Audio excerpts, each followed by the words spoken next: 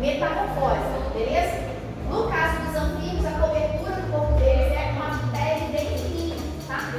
E no caso dos répteis, qual é a cobertura do corpo deles? Pode ser escama, pode ser o que mais? No caso, aquelas placas que a gente vê, no caso dos tartarugas, por exemplo. Voltando, né? Outra questão, como é que é a respiração deles? Qual o órgão que eles usam para respirar, no caso dos répteis? Pulmões, né? Porque eles são animais já terrestres, por mais que eles tenham hábitat aquático, tá? Ali no caso das meninas, o que a gente pode falar sobre as aves? Por exemplo, como é que é o revestimento do corpo das aves? Penas, né? E aí, como que eles respiram também, se a gente for analisar? Pulmão também, tá certo? Porque também são animais que, por mais que tenham hábitat aquático, eles não estão ali no ambiente terrestre. Beleza? Aqui no caso das meninas, vocês chegaram a ver quais são os 3 grupos principais dos mamíferos? Qual característica que vocês acham assim que é uma muito importante? Mamífero que mama, né? Só um instantinho, ó, só para perguntar para ela. Qual característica vocês podem falar assim que vocês veem nos mamíferos que você está vendo no pelos, né? O que mais? Qual o órgão que a gente vai estar ali gerando o bebê?